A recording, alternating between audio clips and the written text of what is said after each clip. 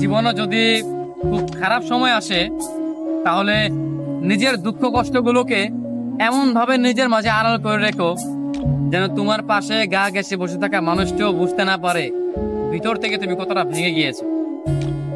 কখনো যেন সে বুঝতেই না পারে তোমার ভীষণ মন খারাপ, তাহলে সে তোমার মন আরো খারাপ করে দিবে। সে যেন বুঝতে না পারে কোন এক অনাকাঙ্ক্ষিত ঝড়ে ঝরে গিয়েছে তোমার জীবন বৃক্ষের সবুজ কয়েকটি পাতা। সে যেন বুঝতেই না পারে তুমি ভিতরে ভিতরে ভেঙে গিয়েছো, এটা যেন সে বুঝতেই না পারে। অতঃপর নিজেকে বোঝাও, শক্ত হও।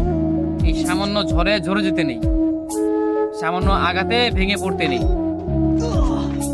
মানুষ বড়ই নির্দয়, বড়ই নিষ্ঠুর। ভেঙে যাওয়া মানুষটাকে সে আরো বেশি করে ভেঙে দেয়।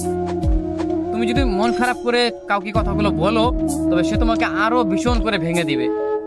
যদি খুব বেশি কষ্ট হয় তবে একা একা কান্না করো, দরজা বন্ধ করে একা রুমে নিজের কান্নাগুলো নিজের সাথে শেয়ার করো, নিজের দুঃখ কষ্টগুলো নিজের সাথে শেয়ার করো। তবুও কোনো মানুষের কাছে না যাও, কোনো মানুষকে তবুও না বলো যে তোমার ভিতরে ভিতরে কেমন কষ্ট হচ্ছে, কি সেই অনুভূতি, সেগুলো তুমি মানুষের সাথে শেয়ার না করো। কারণ মানুষ বড়ই নির্দয়, বড়ই নিষ্ঠুর।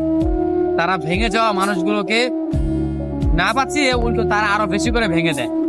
কারণ তারা জেনে যায় যে এই মানুষটা কেন কান্না করে, এই মানুষটার কেন এত দুঃখ, কি নিয়ে তার এত যন্ত্রণা, মনের মাঝে সুখ নিয়ে কেন, সেই জিনিসগুলো দিয়ে তারা এই মানুষটাকে আরো ভেঙে দেয়। অতএব তুমি দেখবে একটা জীবনে একটা পর্যায়ে তুমি দেখবে যে জীবনে যতগুলো মানুষের সাথে তুমি তোমার দুঃখের কথাগুলো কিংবা লাইফে গড়ে যাওয়া ঘটনাগুলো শেয়ার করেছো সেগুলো একদমই ভুল ছিল। নিজের কাছে নিজের দুঃখ কষ্টগুলোকে জমা করে রাখো, যতই কষ্ট হোক। কান্না করেও কান্না পাচ্ছে নিজে নিজে কান্না করো, কাউকে দেখানোর প্রয়োজন নেই।